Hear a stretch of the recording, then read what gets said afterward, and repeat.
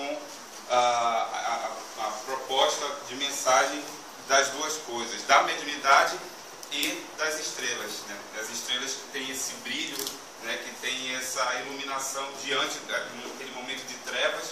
Você opta por focar as duas coisas, ou eu olho para a escuridão ou eu olho para as estrelas, ora com estrelas ou ora sem estrelas, mas sempre elas brilham.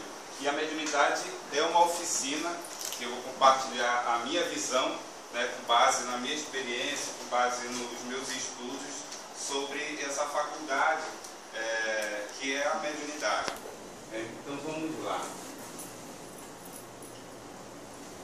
Antes da gente adentrar o conceito, né, dessa reflexão da mediunidade, a gente vem refletindo na questão do passado, que sempre ela existiu.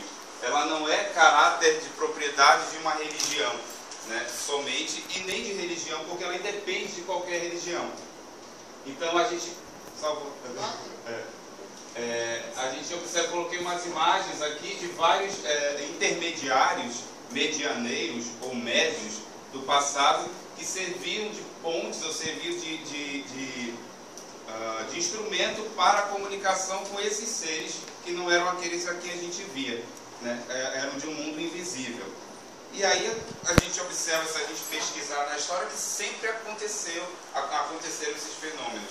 Qualquer civilização tinha aquelas pessoas que possuíam aquela percepção que alguns não tinham, para comunicar-se e levar, mas principalmente trazer essa mensagem. Porque levar qualquer um podia falar, né? Chegar em qualquer canto e falar com esses seres invisíveis. Mas a questão era sempre transmitir essa mensagem, a forma, cada um tinha a sua, o formato, o ritual, cada civilização tinha a sua. Então a gente observa aí que a mediunidade ela não é descoberta de uma religião, mas ela é patrimônio da humanidade, eu diria assim, porque ela independe, ela está vinculada ao homem, né? Vamos lá mais à frente. E aí a gente observa esse vínculo, né, dos deuses, divindades, dos seres, que independente de civilização, aí se a gente parar para observar, essa é uma reflexão minha, se você observar o conteúdo doutrinário de determinadas civilizações, seja africana, seja egípcia, a mensagem a respeito da criação do mundo é a mesma. O formato muda, mas é a mesma. E naquela época, muitas pessoas buscavam esses médiuns que recebiam esse conhecimento dessas divindades, ou seja, a voz desse mundo invisível, falando sobre a realidade da vida. E independente de civilização, a mensagem vinha uma só, ou seja, é a verdade universal. Não importa o formato, mas o fundo, o conhecimento. E aí essas figurinhas, essas imagens, né, que representam alguns desses elementos, desses seres, dessas divindades superiores, aí a gente questiona, diante de tudo isso, mas a gente está comentando, né, sobre essa parte histórica, o que é mediunidade, o que é essa faculdade que existe, que alguns acreditam ou não acreditam, mas a gente está conversando aqui para o contexto de quem acredita, uma reflexão de quem acredita. E é importante, a nosso ver, o conhecimento, o estudo e análise filosófica dessa faculdade, dando-lhe a finalidade que é peculiar. Essa frase aí, eu fiz questão de colocar por quê? Porque a gente observa assim, a forma como lidar, como eu me relaciono com essa faculdade mediúnica, ela é muito pessoal. E ela vai depender daquele estudo que eu tenho ou não. Então, a importância, a meu ver, primeiro de um conhecimento. Eu preciso saber o que é mediunidade, onde ela está localizada, porque fenômeno mediúnico qualquer pessoa vê, mas entender esse processo, como é que ele lidar, como é que a mecânica dessa faculdade que mexe tanto com quem a possui e com quem está próximo a ela de alguma forma, mas principalmente eu digo quem possui. Eu costumo dizer que só entende um médium quem é médium, todo médium é meio doido. Né? Bobagem. Porque quem é casado com médium ou casada com médium é um desafio, porque ora a emoção está de um jeito e em um segundo a emoção está de outro. Porque é uma antena que capta coisas boas, mas capta coisas ruins. Você é um atleta desse processo de interação psicoemocional, não só sua, mas como desses seres que também sentem emoções. Então tem horas que você está, ai, está me dando uma angústia e eu não tenho motivo. Não é sua. É de alguém. Quando a gente tem o conhecimento e o estudo, eu sei que aquilo não é meu, já entendi, eu sei que aquilo vai passar. Por alguma causa está ali. Depende do médium, do que ele faz, onde ele faz. O médium dos centros espíritas que trabalham em reuniões mediúnicas. A reunião mediúnica, por exemplo, é numa quinta-feira. Muitas vezes os espíritos que vão se comunicar através desse médium se vinculam na segunda, na terça. Então o espírito está ali, junto do médium, para um processo de adaptação psíquica. Então o médium acorda, estou com uma vontade de quebrar tudo. Aí lá no final da noite, na reunião mediúnica no centro espírita, um bárbaro se comunica por intermédio dele, como dela, do médium. Você está sentindo a vontade de tomar uma cachaça, um alcoólatra vai se comunicar lá na reunião mediúnica. Ou no caso dos nossos irmãos dos terreiros de Umbanda, o dia de sessão de trabalho com o povo da rua. Uma vontade de colocar um vermelho, de colocar um perfume floral. Eu não gosto de perfume, mas não gosto de perfume tão forte. É a companheira, a dama guardiã que está ali por perto, né, e você está sentindo a irradiação dela. E o cheiro de charuto. E o cheiro de charuto. Então, eu preciso conhecer até para saber o que é mediunidade e o que não é. Porque tem coisas que não são de origem mediúnica, são de origem anímica, que fazem parte do meu eu, ou até de um processo físico. Eu já vi experiência de um jovem num evento, na época que eu trabalhava no movimento espírita, o jovem começou a passar mal e o pessoal dizendo que era incorporando o espírito, e eu estava tendo um início de uma parada, de um ataque cardíaco. Nossa. Olha o cuidado que tem que ter. Né? Para isso precisa de conhecimento e estudo. E a análise filosófica é imprescindível. Mediunidade, de onde vem, o que ela serve. Eu já sei como ela acontece. Para que é que ela existe? Porque se ela existe, ela tem que ter alguma função. Nenhum instrumento no mundo existe sem ter uma função, se a gente parar para observar. E a mediunidade é um instrumento, ela tem uma função. Pode ser nobre ou não, trazendo assim os seus resultados.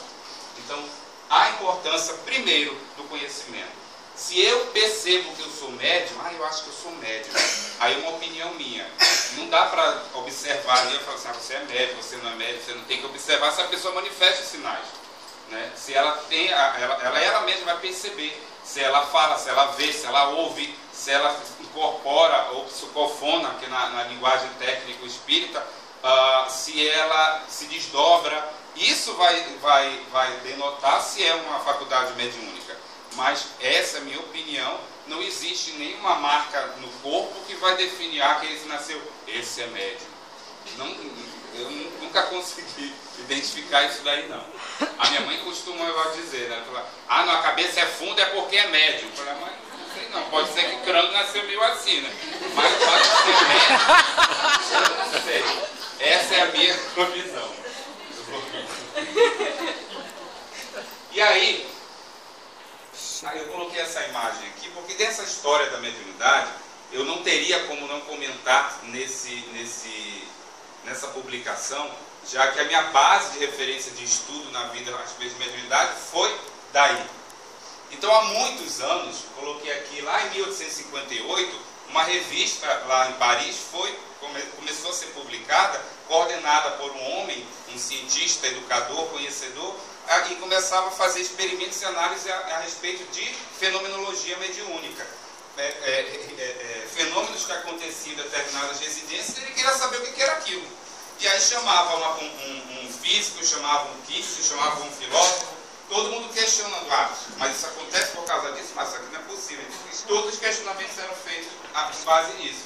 Esses questionamentos, essa reflexão em torno do fenômeno, começou a ser organizada e publicada nessa revista chamada Revista Espírita, por um homem chamado Hippolyte Léon Denisard Ribeiro. Pode passar à frente. E aí, diante dessa publicação, que tem até hoje, você pode encontrar na internet, conteúdos maravilhosos, muito rica, era um estudo das comunicações mediúnicas. E ele utilizava como veículo de resposta correspondências e debates de toda a comunidade europeia na época a respeito desse fenômeno. Na época, os Estados Unidos tinham mais de 10 jornais falando sobre espiritualidade e fenomenologia mediúnica. A Europa não tinha nada. E aí França, lá em Paris, começou. Além disso, muitas perguntas começaram a surgir. Muitos questionamentos. Ele falou, pô, é muita pergunta, é muito médium aparecendo, e isso tem que organizar. E o povo está precisando de uma orientação. E aí ele começou a questionar e ele falou, eu tenho que organizar e trabalhar a ideia do que são médiuns. O perigo da mediunidade, do exercício da mediunidade, existe? Vai ter perigo na hora que eu vou praticar, eu como médium, tem perigo para mim ou para alguém? Quais as maneiras mais hábeis para evitar equívocos? Porque em todo exercício de uma faculdade tem os riscos. Como é que eu vou lidar com isso? E aí ele organizou um guia prático voltado para médiuns e para estudiosos a respeito da faculdade mediúnica. Esse guia sempre foi destituído de qualquer religião, ainda que hoje esteja mais vinculado em uma, e eu fico feliz que não só uma religião, outros templos estão estudando, e é da necessidade de cada um. E ele começou a publicar, ele organizou, ajustou esse guia todinho, deu um trabalho, e ele publicou numa das revistas, essa revista espírita, né, que esse guia, esse manual voltado para orientar médicos e investigadores, ele ia ser publicado num determinado período, marcou até data. Né? Deixa eu falar da data depois. E aí esses conhecimentos obtidos, como eu entendo agora, observação, identificação e pesquisa, foram sistematizados. Isso tudo que ele fez, ele falou, não, vamos organizar, vamos pegar. Aqui é dúvida de quem? Essa aqui está igual a essa, esse daqui está passando por essa dúvida a respeito disso, sistematizou, organizou por métodos, tudo sobre o crivo da razão, questionando tudo, e montou esse guia. E aí lá, ele anunciou que entre 5 e 10 do mês de janeiro daquele ano ia publicar, só que por questões editoriais, no dia 15 foi publicado pela editora Didier e Companhia, em janeiro de 1858, o Livro dos Médiuns, que é esse estudo de tudo quanto existe a respeito da paranormalidade humana.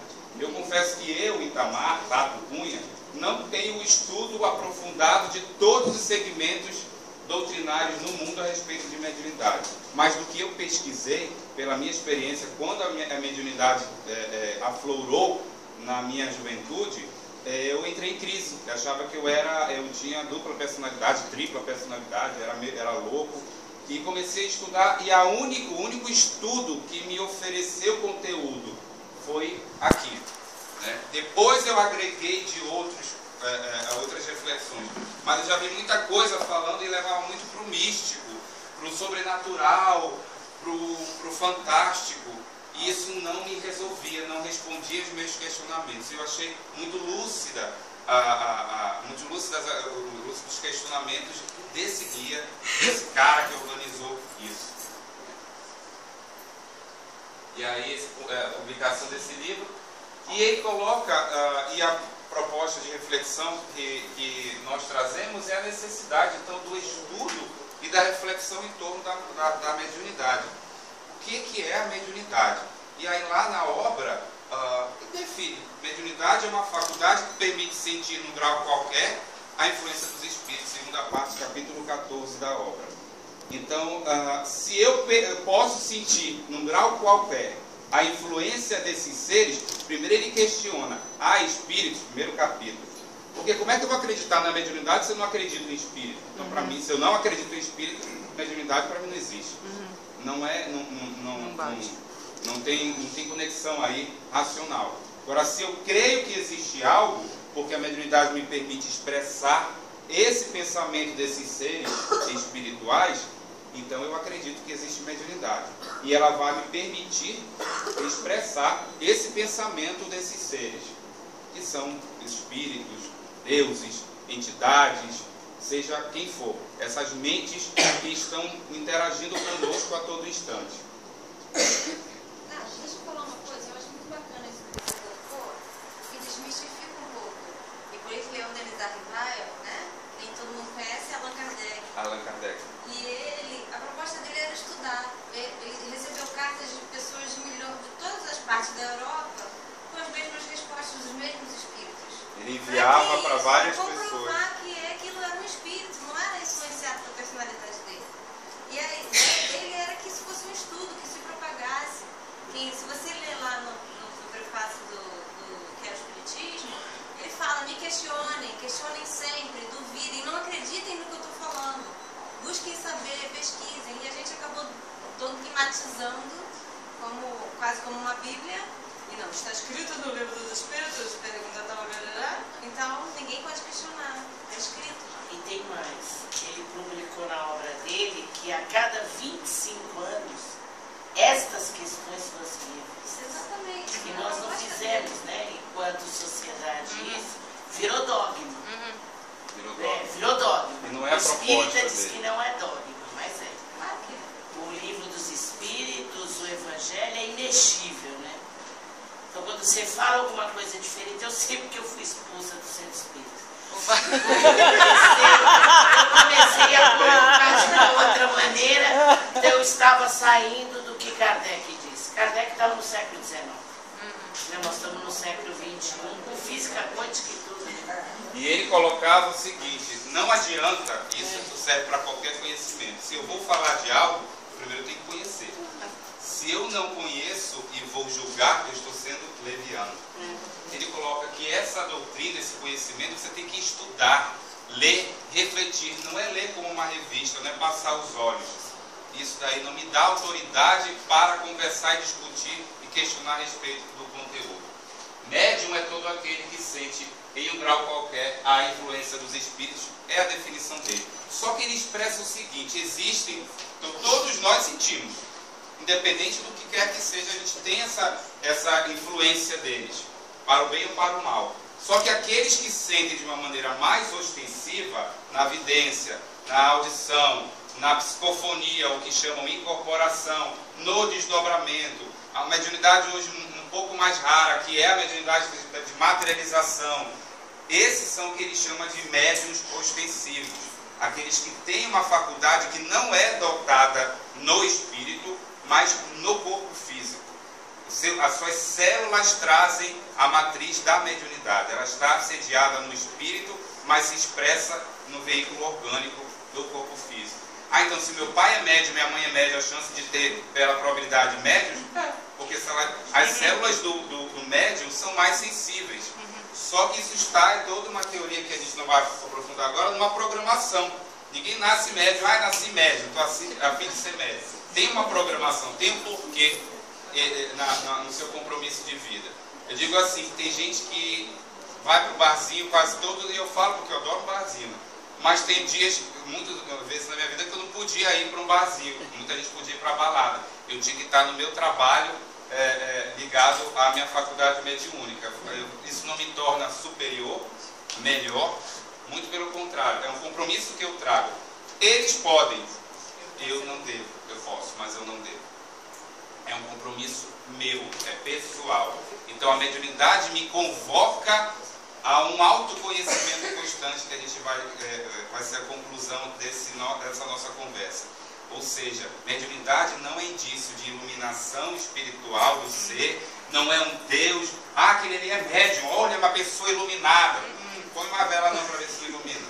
A iluminação é outra coisa, porque há grandes médiuns que têm mediunidades, mais de 10 tipos de mediunidade, porque tem de médium assim, mas isso não denota que seja um bom médium. Um bom médium é aquele que usa, seja uma faculdade que ele tenha mediúnica, para o caminho do bem, para engrandecer. Mas se diz que, pelo caráter da pessoa, não influencia na sua mediunidade. Se for uma pessoa com grande mediunidade, não importa se a conduta dela sobre essa terra é certa ou errada aos olhos da sociedade ou de quem for, que não altera nesse fator mediúnico o caráter da pessoa e a sua conduta.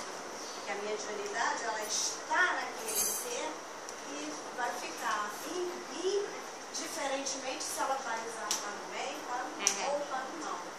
Eu pediria, agradeço a contribuição, mas pediria a permissão para discordar em parte, que eu acredito que o caráter aí pode influenciar em mim. Porque existe o processo, isso é para depois, mas o processo de desenvolvimento mediúnico, e é natural em que o médium, na hora do transe, no início é 10% a entidade comunicante e 90% médium. Isso é normal. Com a prática, a mediunidade tem que estar em prática, senão praticar ela não burila. Com o tempo, vai ser 10% médium e 90% espírito. Mas se eu tenho um caráter com interesses mais baixos, aí que eu vejo que o caráter influencia. Eu vou mistificar. Porque existe aquele médium que está ainda lá e cá, está no processo de educação mediúnica, ele sabe que ele está nesse processo. Agora, aquele que sabe que não está no transe e usa isso com interesse próprio é o mistificador. Aí eu vejo que nesse ponto o caráter ele influencia muito. E esse exercício, essa prática, tem que observar onde eu vou praticar, como eu vou praticar, porque é como um laboratório. É como qualquer instrumento. Se eu não souber amolar a faca, eu posso me cortar ou posso não obedecer. Porque até para amolar a faca a gente tem uma linha que obedece no instrumento. Ela vai cegar. A mediunidade é a mesma coisa. Então, é aquela ideia do sobrenatural. Não concordo, eu respeito, mas não concordo ser do sobrenatural. A mediunidade está no corpo. É um compromisso do ser que está ali, mas está no corpo. Por isso, o desafio que eu disse que o médium é meio doido. Porque você entra, no começo o médium que está em inclusão, ele entra no lugar que está todo mundo feliz, ele quer pular mais do que todo mundo. Porque imagina ele sente a alegria de todo mundo. Ele vai no velório e chora mais do que a viúva. Então, depois, com o tempo, ele vai sabendo lidar. E ainda assim é um desafio para o resto da vida. Porque você lida quase... Eu tinha mania de falar assim, eu sinto tristeza. Aí perguntava para os meus amigos, tem alguém triste aqui? Aí falou, não. Eu falei, então é algum. Tem que ser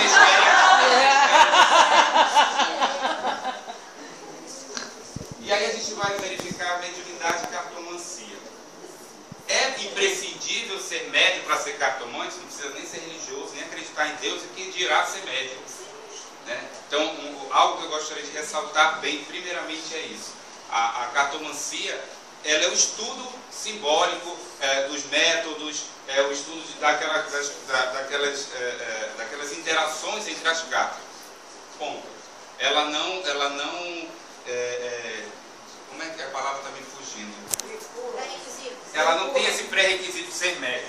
Não existe isso. Mas, se eu sei que existem médios independente de religiões, o processo mediúnico acontece. Ah, mas eu não quero.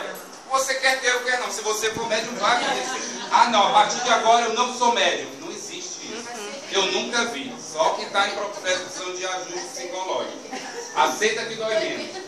Então aquele médium que vai, na hora do trabalho, tá, eu sou médium ali, sai, eu não sou mais médium. Não existe. Quem já trabalha mais ainda, a parabólica é mais sensível.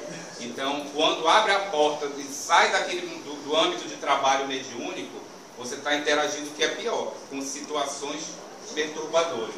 Né? Então, o cartomante deve ser médium? Não. Mas eu costumo falar o seguinte, um médico, na minha crença, por exemplo, o médico vai fazer uma cirurgia, ele muitas vezes está inspirado por outros médicos naquele processo cirúrgico. Um psicólogo está usando a sua teoria da sua formação. Mas quem pode dizer que não tem outros trabalhadores da psicologia espirituais inspirando ali e amigos daquele paciente? Por que é que um cartomante não tem?